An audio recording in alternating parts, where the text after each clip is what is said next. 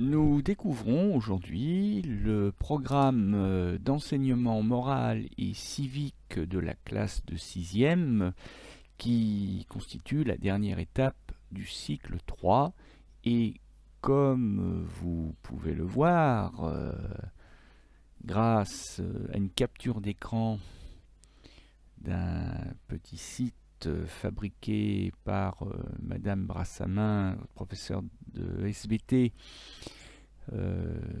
afin de vous accueillir virtuellement dans les meilleures conditions au collège Charlotte Delbo lors de votre entrée en 6e. Comme vous pouvez le constater, le programme de la classe de 6e de MC va tourner autour du collège et de votre implication dans votre collège, dans votre vie de collégien, avec vos droits et vos devoirs, et aussi, comme vous n'êtes pas tout seul au collège, vous êtes entouré de camarades, d'adultes, que vos parents sont aussi membres de la communauté du collège Charles Delbo, eh bien, nous allons découvrir en quoi consiste le vivre ensemble au collège. Idéalement, je dis bien idéalement parce que ça implique qu'on ait le temps de tout faire et c'est pas gagné, mais idéalement, j'ai prévu 3 séquences de MC. Une première séquence, celle qui va nous intéresser à partir d'aujourd'hui, portera spécifiquement sur le règlement intérieur, la même loi pour tous au collège, ce qui devrait nous permettre de déboucher ensuite plus tard sur une deuxième séquence davantage axée sur tes droits et devoirs de citoyen en herbe, de citoyen en devenir au collège.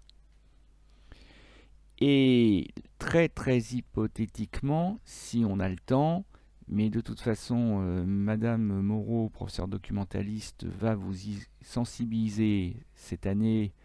Donc si je ne le fais pas, c'est elle qui l'aura fait, donc c'est pas très grave, elle fera aussi bien que moi, à savoir une troisième séquence, afin d'aborder avec vous les enjeux de votre vie quotidienne, de vos droits et devoirs à l'ère et à l'heure du numérique, c'est-à-dire tous les enjeux liés aux réseaux sociaux et à l'Internet.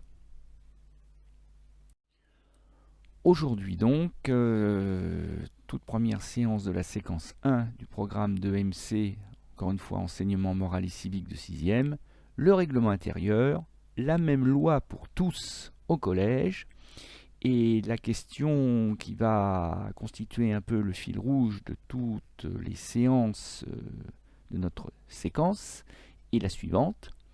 Quelles sont les règles qui s'imposent à chacun des membres qui forment la société de mon collège? Et puis pourquoi? Pourquoi instituer des règles, hein? Parce que les règles, faut les suivre, c'est pas toujours amusant. Pourquoi? That is the question. Alors vous allez le voir, bien que ce soit le même professeur que le prof d'histoire ou le prof de géographie qui enseigne le MC, vous allez voir que la démarche, scénario pédagogique est légèrement différent. Mais rassurez-vous, hein, c'est pas grave, bien au contraire.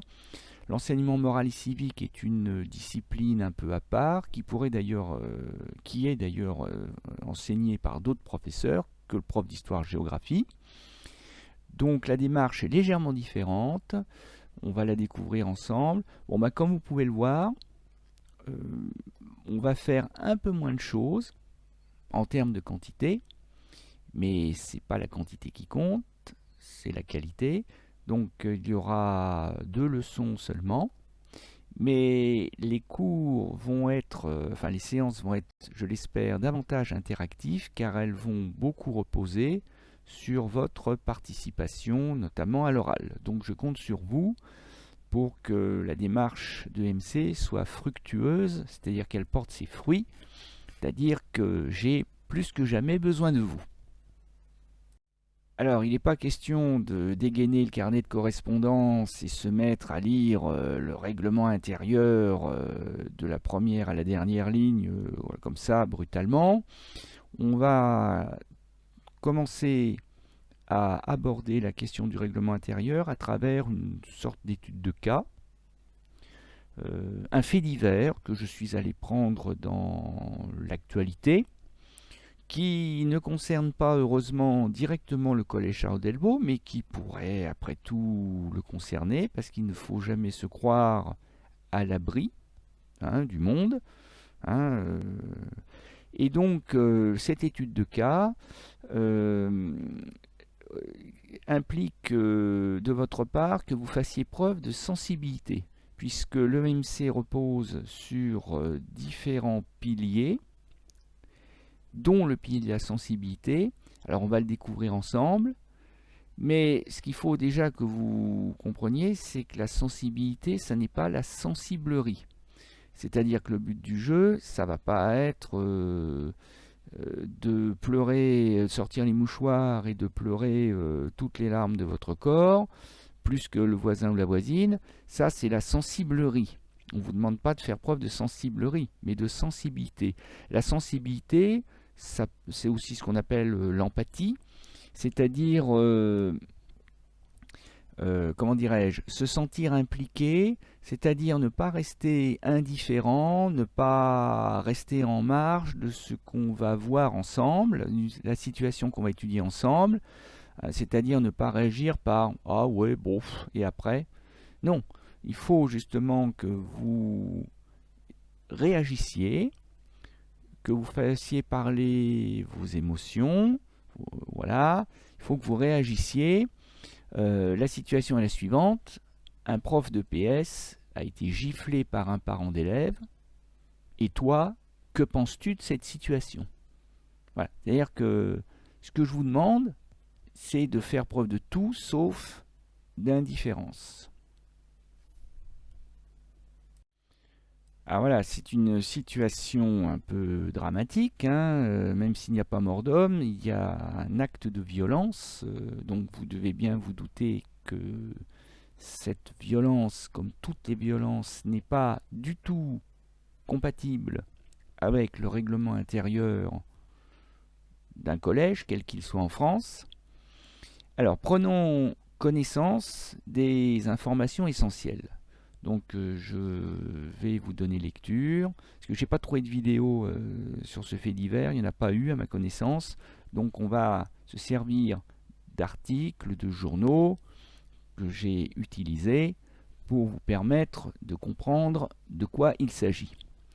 Mardi après-midi, dans une commune du Gard, un professeur de PS a été giflé par le père d'un collégien à qui il voulait confisquer le téléphone portable. Une enquête a depuis été ouverte par le parquet de Nîmes. Les faits se sont produits mardi après-midi dans le secteur de la commune d'Uzès, dans le Gard. Alors, vous avez une carte de France, des différentes régions et départements de France. Vous voyez la petite pastille rouge qui signale Uzès. On n'est donc pas en Auvergne, on est plus au sud, dans la région Occitanie. On est dans le sud, cette région frontalière de la mer, bordée par la mer Méditerranée. On est dans le département du Gard, dont la préfecture est la ville de Nîmes.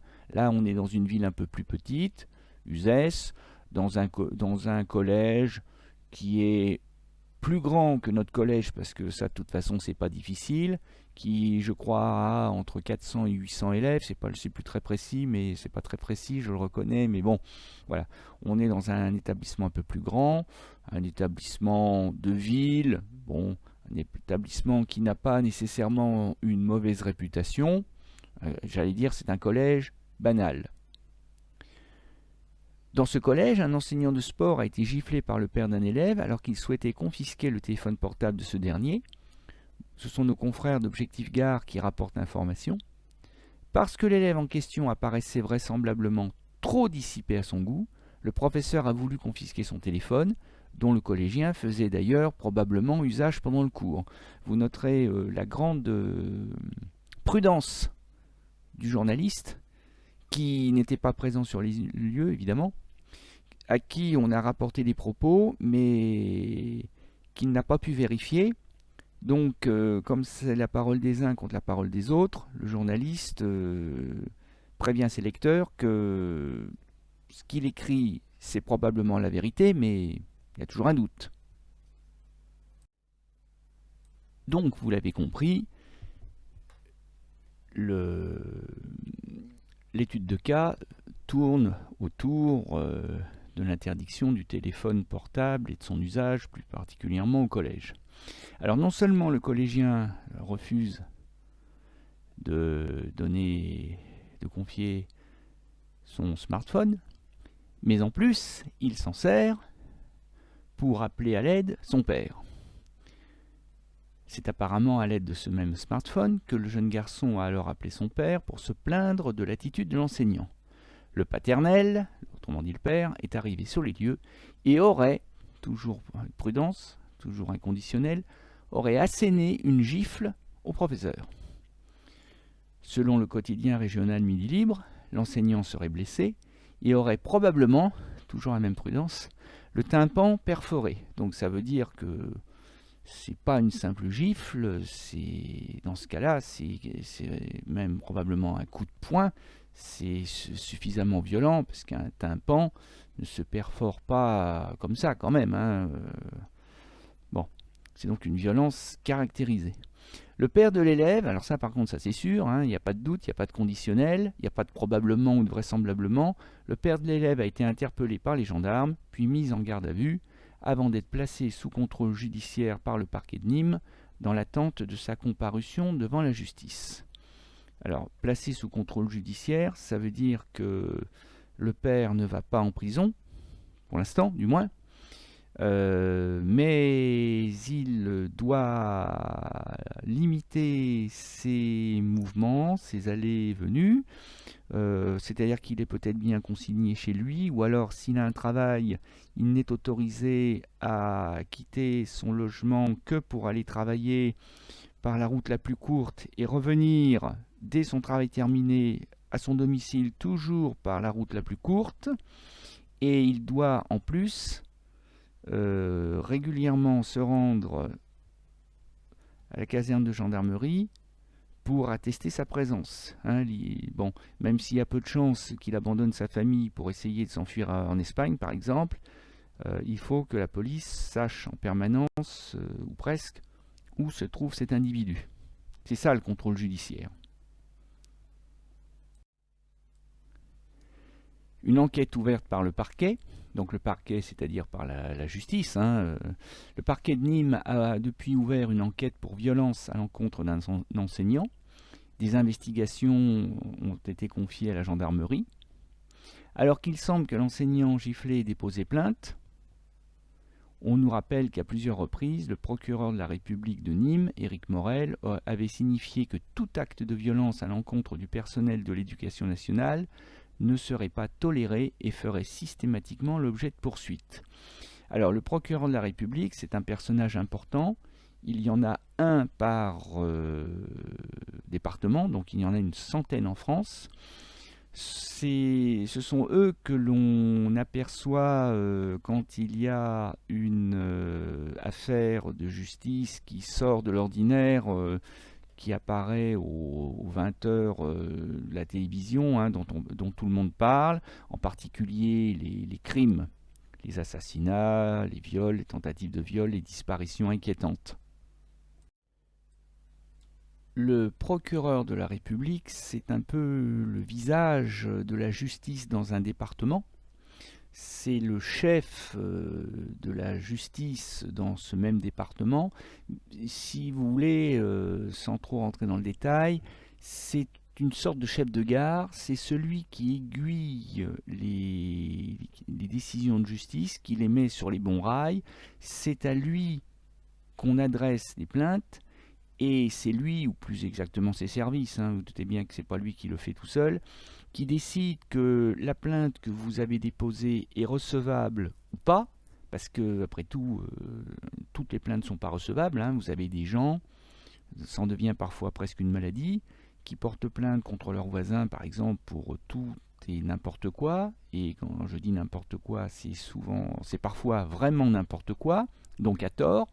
Donc dans ce cas-là, c'est le procureur de la République qui décide que la plainte n'est pas recevable. Si la plainte est recevable, on l'examine et on décide de sa gravité, parce que après, toutes les plaintes ne se valent pas. Hein. Si vous portez plainte pour vol, c'est pas tout à fait aussi grave que si vous portez plainte contre tentative d'assassinat, et ça ne relève pas des mêmes tribunaux. Et c'est donc le procureur de la République qui aiguille d'une certaine manière la justice. C'est lui aussi qui va ordonner des enquêtes de police ou de gendarmerie. Voilà, donc c'est quelqu'un de très important. Quand il apparaît à la télévision, au journal de 20h, il apparaît en costume civil, hein, mais il possède aussi une grande tenue d'apparat, si j'ose dire, avec une robe de magistrat, puisque c'est ainsi qu'on appelle ce vêtement, qui rappelle un peu l'Antiquité, et il est revêtu, comme vous pouvez le voir, d'une sorte de cape rouge, la pourpre qui, depuis l'Antiquité, symbolise le pouvoir. Et oui, cet homme-là représente le pouvoir de juger. Donc, il le porte sur ses vêtements. Je précise enfin que le titre de procureur ne se met pas au féminin. On ne parle pas de procureuse de la République, mais le procureur de la République peut malgré tout être une femme. Et pour que le procureur de la République s'empare de cette affaire, il faut que l'affaire soit suffisamment grave. Or, justement, les violences contre les personnels de l'éducation nationale sont punies par ce qu'on appelle le code pénal, c'est-à-dire le grand livre de la loi, qui a pour mission de définir, de caractériser les violations contre la loi, ce qu'on appelle les délits, ou, dans les cas les plus graves, les crimes. Et le code pénal, après avoir fait la liste décrit, caractérisé les délits et les crimes, eh bien, prévoit le châtiment, la punition. Donc, par exemple, dans le cas qui nous occupe, le code pénal prévoit une circonstance aggravante si ces violences sont exercées contre un enseignant ou tout membre des personnels travaillant dans les établissements d'enseignement scolaire. Donc ça veut dire concrètement que frapper un enseignant dans le cadre de son métier est puni plus lourdement que si ce même enseignant est frappé par le même parent d'élève lorsque l'enseignant n'est plus enseignant et qu'il fait ses courses au supermarché, par exemple. C'est ça que ça veut dire. Et frapper un enseignant sur son lieu de travail, en tant qu'enseignant, c'est encourir, c'est risquer une peine de 5 ans d'emprisonnement et de 75 000 € d'amende. Alors après, ça peut être plus ou moins 5 ans, ça peut être rien, ça peut être quelques jours, quelques semaines, quelques mois, ça peut être quelques milliers d'euros, tout dépend de la gravité. Si l'enseignant finit dans le coma et est incapable de reprendre son activité professionnelle par la suite, ça sera beaucoup plus grave que si l'enseignant, effectivement, n'a été qu'effleuré par une gifle. Tout est là. Et c'est ensuite le travail de la justice de déterminer la gravité et la lourdeur du châtiment. Alors, j'aurais bien aimé pouvoir vous raconter la fin de l'histoire, c'est-à-dire vous expliquer si le parent d'élève a été condamné par la justice, et puis condamné à quoi. J'aurais même aussi aimé être capable de vous dire si le collégien, qui est quand même le premier responsable dans cette affaire, a été sanctionné par le collège, mais alors j'ai eu beau chercher, je n'ai pas réussi à trouver l'information. Et bon, je me sens pas d'appeler le collège d'Uzès pour leur demander alors, vous avez fait un conseil de discipline contre le petit jeune, là, vous l'avez viré ou pas? parce que j'aurais trop peur qu'il me raccroche le téléphone au nez en me disant que ça ne me regarde pas. Donc, pour l'instant, l'histoire n'est pas achevée. Le parent d'élève n'a pas été jugé. Bon, l'action de la justice est souvent très lente. En plus, il faut le reconnaître, par ces temps de Covid, on ne peut pas dire que ça contribue à accélérer les choses. Bon, donc, en l'état, on va dire que le père est toujours sous contrôle judiciaire et qu'il est en attente de son jugement.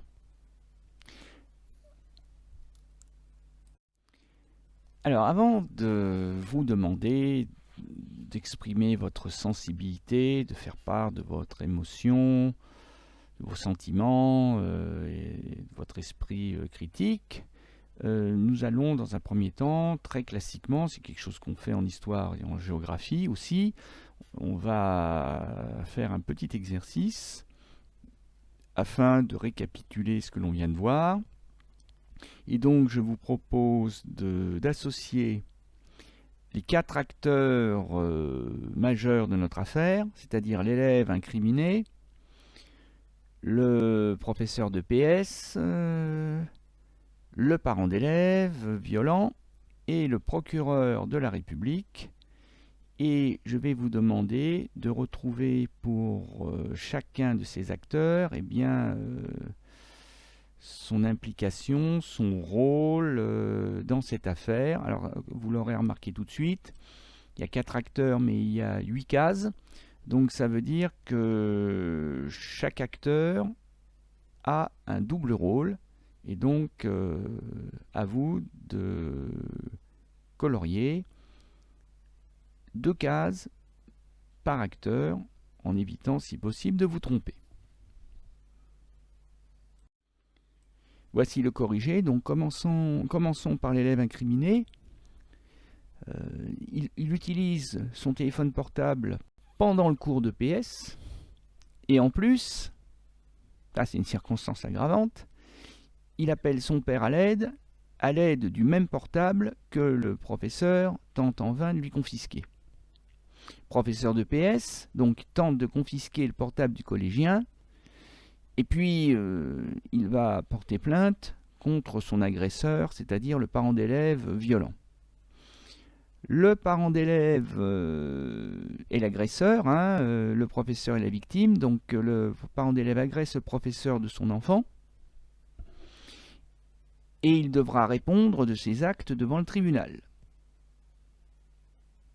Il n'a pas fait le plus difficile en giflant l'enseignant, croyez-moi. Quant au procureur de la République, eh bien, c'est lui qui donne suite au dépôt de plainte de la victime, c'est-à-dire le professeur de PS, et il engage des poursuites pénales contre l'agresseur.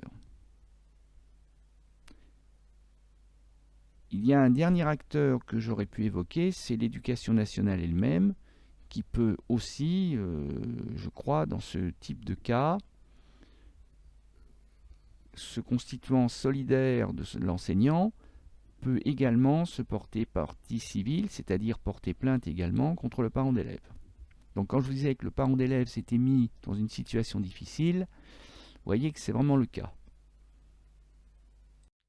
Alors c'est maintenant que ça va être à vous de jouer particulièrement et de prendre le relais. Alors, regardez un petit peu le document que vous avez sous les yeux, document qui pour l'instant est désespérément vide, mais grâce à vous, je ne doute pas qu'il sera bientôt rempli. Je vais vous demander en fait de prendre position. Et prendre position, c'est finalement pas très difficile. Face à une situation, celle qui vient d'être décrite, je vais vous demander de trouver des choses qui vous plaisent, qui vous déplaisent, des choses qui vous dérangent, des choses qui vous rassurent, voyez, c'est-à-dire trouver et du négatif et du positif dans la situation que nous sommes en train d'étudier. Alors, je l'espère, le négatif, vous allez le trouver assez facilement, mais ce que je veux vous faire comprendre, c'est que dans toute situation ou presque, on peut trouver du positif dans une situation qui, à première vue, peut paraître insupportable, violente, voilà. Comme vous me l'entendrez, vous le rappelez chaque fois que nous ferons ce genre d'exercice jusqu'en troisième, il y a une expression qui résume très bien ce que je veux vous faire comprendre. On dit parfois que c'est sur les pires tas de fumier que poussent les plus belles roses. Autrement dit, c'est parfois des pires situations que ressort le meilleur des hommes.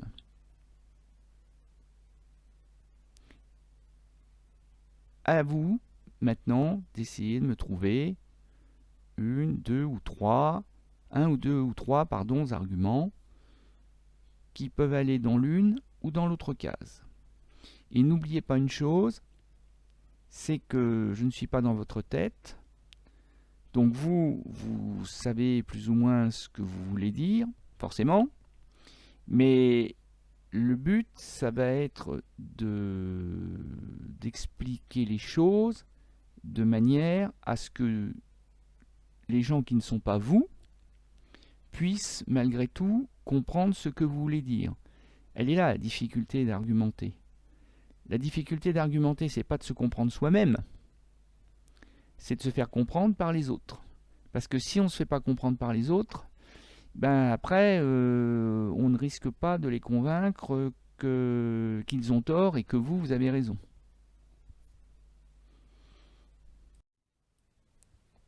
On peut espérer que parmi les arguments qui vous ont déplu, parmi les choses qui vous ont dérangé, inquiété dans cette situation de violence caractérisée, eh ben c'est justement le fait que le prof de PS est victime de violences physiques alors qu'il ne fait qu'appliquer le règlement intérieur. C'est pas un caprice de sa part, il tente juste de faire appliquer la loi, et donc la violence dont il est victime, c'est absolument inacceptable. De même, le parent d'élève agresse physiquement l'enseignant. Quel triste exemple donné par l'adulte aux enfants, d'autant que même si le texte ne le précise pas, j'imagine que le parent d'élève a réglé ses comptes en public, devant témoins, au moins devant son fils, et certainement devant les camarades de son fils.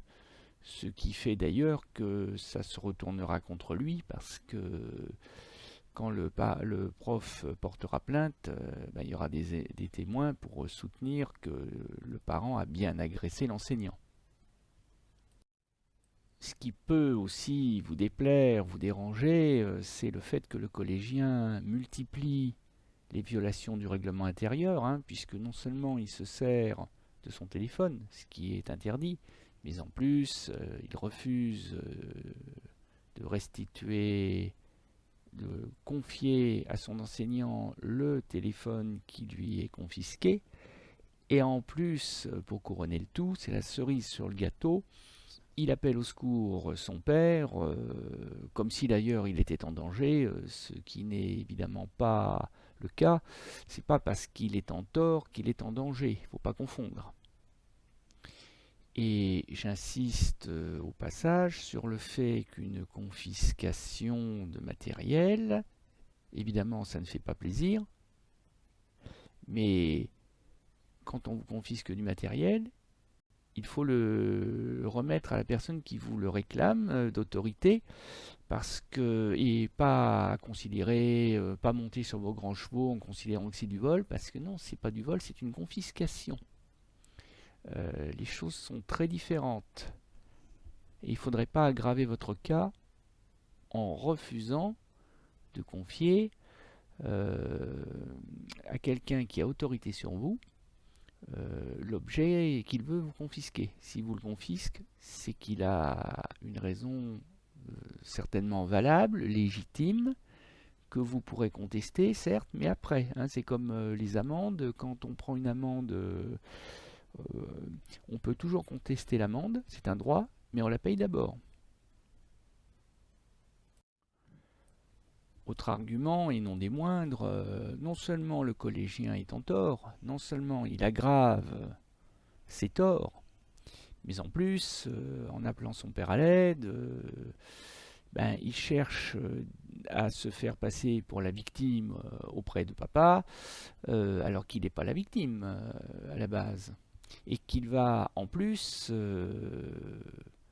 contribuer à aggraver les choses et à les aggraver de manière extrême, excessive, exponentielle, en poussant son père, qui n'est pas très malin d'ailleurs, soit dit en passant, à se poser en agresseur. Et donc là, pour une simple histoire de téléphone confisqué, le père risque la prison et toutes les conséquences qui vont avec, comme perdre son boulot par exemple, ce genre de choses. Donc ça aussi, c'est pas très très malin de la part du collégien en question. Ce qui peut aussi déplaire, c'est que, apparemment, comme je vous l'ai expliqué, l'affaire n'a toujours pas été jugée à ce jour. Bon, on peut penser que la justice a autre chose à faire, hein, qu'elle a aussi des excuses à faire valoir, mais c'est clair que plus la justice tarde à punir le coupable, euh, moins la situation est claire, il peut y avoir une sorte de sentiment d'impunité, on peut faire tout ce qu'on veut, puisque de toute façon, la justice ne réagit pas, ou alors tellement tardivement que, bon, voilà, c'est pas grave. Si, les choses sont graves, la justice est un peu lente, mais il lui arrive quand même de sévir, de punir, lourdement, mais ça serait mieux si c'était évidemment dans des délais, on va dire, raisonnables. Voilà, alors j'ai peut-être oublié des arguments, hein, et puis ne perdez pas de vue que je n'ai pas le même point de vue que vous. D'abord, je suis un adulte, je suis un enseignant, j'ai un vécu différent du vôtre, forcément, donc ça influe sur mon raisonnement, sur mes émotions. Donc vous pouvez avoir, moi j'ai plus le regard de la jeunesse, hélas, donc vous pouvez avoir trouvé des arguments que je n'ai pas listés, auxquels je n'ai pas pensé, et qui sont peut-être tout à fait valables, pertinents, légitimes. Alors passons maintenant à l'autre rubrique, parce que comme je vous l'expliquais, même dans le négatif, même dans les situations qui ne sont pas très sympathiques, on va dire, on peut trouver du positif, des choses qui peuvent plaire, convenir, ou au moins rassurer.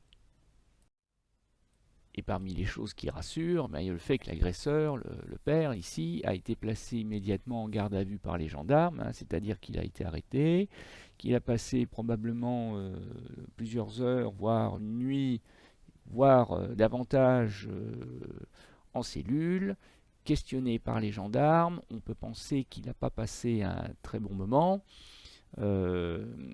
qu'il a sans doute réalisé sa bêtise et que voilà, maintenant on peut espérer du moins, à moins que ce soit déjà un délinquant endurci avec un casier judiciaire long comme le bras, on peut penser effectivement que maintenant il se fait du souci pour la suite.